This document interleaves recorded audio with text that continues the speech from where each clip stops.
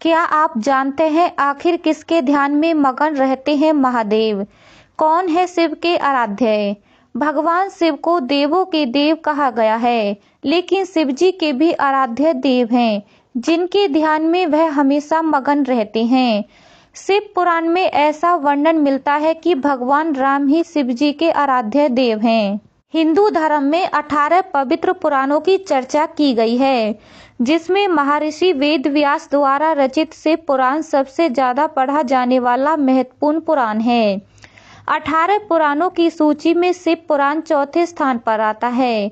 इस पुराण में विशेषकर भगवान शिव की महिमा और भक्ति का प्रचार प्रसार किया गया है।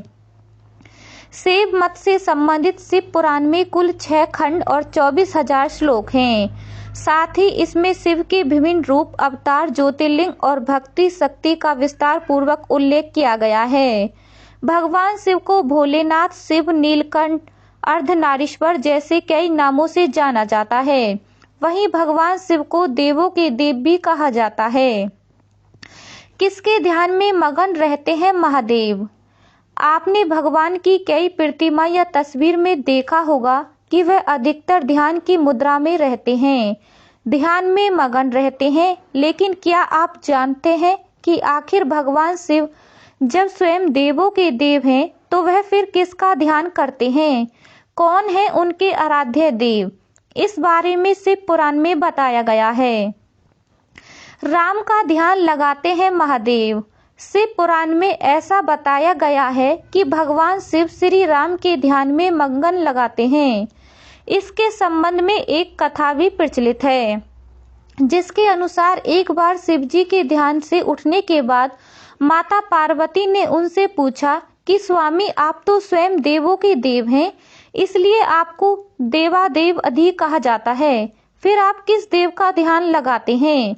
माता पार्वती के प्रश्न का जवाब देते हुए महादेव बोले कि वह जल्द ही इस प्रश्न का उत्तर देंगे। फिर शिवजी ने कौशिक ऋषि के सपने में आकर उन्हें राम रक्षा स्तोत्र लिखने का आदेश दिया, लेकिन सपने में ही कौशिक ऋषि ने कहा कि वह राम रक्षा स्तोत्र लिखने में सक्षम नहीं है। इसके बाद शिवजी ने ऋषि को ज्ञान प्राप्ति की शक्ति दी, जिसके बाद ऋषि कौशिक ने राम रक्षा स्तोत्र लिखा। इसके बाद शिवजी माता पार्वती को राम रक्षा स्तोत्र पढ़कर सुनाने लगी। साथ ही उन्होंने पार्वती को ये भी बताया कि वह भगवान राम का ध्यान करते हैं।